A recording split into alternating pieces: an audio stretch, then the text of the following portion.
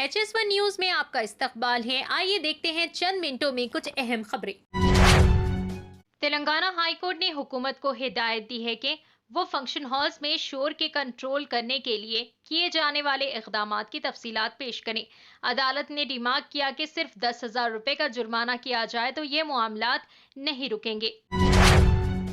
हैदराबाद के रायदुर्गम में T hub से मुतसिल सड़क के इलाके जो ट्रैफिक के मुसलसिल बहाव के लिए जाना जाता है, वो रात के औकात में लापरवाही से बाइक स्टंट और रेसिंग के मरकज में तब्दील हो गया है। आकिया स्टोर के बिल्कुल सामने वाक़ सड़क का ये हिस्सा, जो आमतौर पर मसरूफ तरीन इलाका है, में नौजवान अमूमन बाइक स्टंट्स और खतरनाक करतबबाजी कर रहे हैं, जिससे दूसरे मोटरसाइकिलों के लिए अहम रुकावटें और खतरात पैदा हो रहे हैं।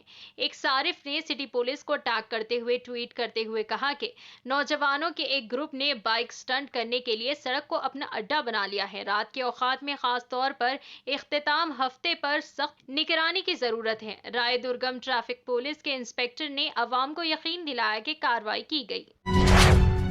रूस और यूक्रेन के दरमियान जारी जंग में हैदराबाद के एक नौजवान की मौत हो गई। मोहम्मद असफान 30 साल नामी नौजवान रूस की जानिब से लड़ते हुए अपनी जान गंवा दी। हुक्काम ने चारशंबे को इस बात का इंकशाफ किया। बताया गया है कि रूस में मुलाजिमत के लिए जाने के बाद मोहम्मद असफान को पता चला कि वो ट्रैवल एजेंट के हाथों धोखा खा गए। इसके बाद इन्हें रूसी फौज में भर्ती होने पर मजबूर किया गया था। वजारत खारजा ने भी मोहम्मद असफान की हलाकत की तस्दीक की है। बताया जाता है कि मोहम्मद असफान का ताल्लुक हैदराबाद के बाजार घाट से था। जनवरी में हैदराबाद के रुकने पार्लियामेंट असदुद्दीन ओवैसी ने मॉस्को में हिंदुस्तानी सिफारत खाने को एक खत लिखा था, जिसमें कहा गया था कि हैदराबाद के 3 नौजवान, जिनमें असफान भी शामिल है, नौकरी के लिए रूस गए थे और इन्हें एजेंटों ने धोखा दिया था। काबिल जिक्र है कि ये सानिहा उस वक्त पेश आया जब वजारत खारजा ने ऐलान किया था कि वो 20 से 30 हिंदुस्तानियों को वतन लाने की कोशिश कर रहे हैं, जो रूसी फौज के लिए मुअव्विन अमले के तौर पर काम कर रहे थे। वजीर आजम नरेंद्र मोदी ने आज मगरबी बंगाल के दारुल हुकूमत कलकत्ता में मुल्क के पहले ज़ेरे-आब मेट्रो टनल का इफ्तिताह कर दिया है। पीएम मोदी की हरी झंडी दिखाने के साथ ही इस मेट्रो ने चलना शुरू कर दिया और तारीख रकम कर दी। चूंकि ये मुल्क की पहली ऐसी मेट्रो ट्रेन है जो पानी के अंदर चल रही है। पानी के अंदर मेट्रो टनल इंजीनियरिंग का एक शानदार कारनामा है, जो दरियाए हुगली के नीचे 16.6 किलोमीटर पर फैला हुआ है। ज़ेरे-आब मेट्रो हुगली के मगरबी किनारे पर वाक़े हावड़ा को मशरक़ी साहिल पर वाक़े सॉल्ट लेक शहर से जोड़ेगी। इसके 6 स्टेशन होंगे, जिनमें से 3 ज़ेरे ज़मीन है। पीएम मोदी के जरिए इफ्तिताह के बाद आम लोग पानी के अंदर मेट्रो से लुत्फ अंदोज हो रहे हैं और पहले मुसाफिर के तौर पर स्कूली तुलबा और तालिबात को कसीर तादाद में सवार किया गया था। इसके बाद पीएम मोदी ने इसको हरी झंडी दिखा दी है। पीएम मोदी ने झंडी दिखाने के बाद खुद मेट्रो की सवारी भी की और मेट्रो में मौजूद स्कूली तुलबा से बातचीत भी की। उत्तर प्रदेश के दारुल हुकूमत लखनऊ में दिल दहला देने वाला हादसा पेश आया है। यहाँ एक घर में सिलेंडर का जोरदार धमाका हुआ है, जिसकी जद में इस घर के 9 अफराद आ गए। इन तमाम को अस्पताल ले जाया गया, जहां 5 लोगों की मौत हो गई और 4 की हालत तशवीशनाक है। फायर ब्रिगेड महकमे के एहलकारों ने जय हादसा पर पहुंचकर काफी मशक्कत के बाद आग पर काबू पाया।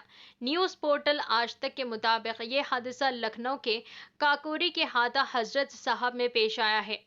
यहाँ रहने वाले मुशीर अली जरदोजी का काम करते थे। मुशीर के घर में गैस सिलेंडर रखे हुए थे। किसी तरह अचानक घर में आग लग गई और सिलेंडर जोरदार धमाके के साथ फट गया, जिसमें मुशीर और इनके खानदान के 9 अफराद बुरी तरह जख्मी हो गए। धमाका होते ही पूरे इलाके में खौफ व हर्रास फैल गया। फौरी तौर पर फायर ब्रिगेड व पुलिस को इत्तला दी गई। फायर ब्रिगेड की टीम ने मौके पर पहुंचकर आग पर काबू पाया।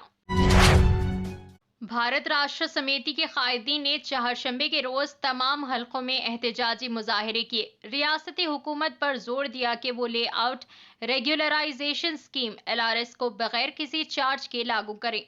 इस इकदाम के एक हिस्से के तौर पर BRS पार्टी के कायदीन ने अमीरपेट में HMDA के दफ्तर पर धरना दिया, जिसमें LRS के लिए फीसों में छूट का मुतालिबा किया गया। धरने में साबिक वजीर Talasani Srinivas Yadav, MLA Vivekanand Goud, Secunderabad parliament incharge Talasani Sai Kiran Yadav और बीआरएस कायदीन ने बढ़ चढ़ कर हिस्सा लिया, ये इल्जाम लगाते हुए कि कांग्रेस हुकूमत लेआउट रेगुलराइजेशन स्कीम के नाम पर आवाम से 20,000 करोड़ रुपए लूटने का मंसूबा बना रही है। बीआरएस के वर्किंग सदर केटी रामाराव ने रियासती हुकूमत से मुतालबा किया कि वो एलआरएस के तहत प्लॉटों को मुफ्त में रेगुलराइज करे। सुप्रीम कोर्ट की हिदायत और दोबारा कलकत्ता हाई कोर्ट की हिदायत के बाद सीबीआई तृणमूल कांग्रेस के मुअत्तल लीडर शाहजहां शेख को अपनी तहवील में लिया है। ताहम अदालत की तरफ से दी गई मुद्दत खत्म होने के बाद ये मुमकिन हो सका है। सीबीआई के एहलकार बुध की शाम तकरीबन 6:40 पर शाहजहां को लिए भवानी भवन से निकले। एक पेंटर हादसे में अपने दोनों हाथों से महरूम हो गया था। वो पेंटिंग का काम करता था, लेकिन हाथ खो देने की वजह से वो ब्रश पकड़ने के काबिल नहीं था। लेकिन अब इसकी हालत बदल गई है और वो बहुत जल्द काम पर वापस लौट सकता है, क्योंकि दिल्ली के डॉक्टरों ने एक ब्रेन डेड खातून के दोनों हाथ इस शख्स को लगा दिए हैं। इसके 2 हाथ ट्रांसप्लांट किए गए।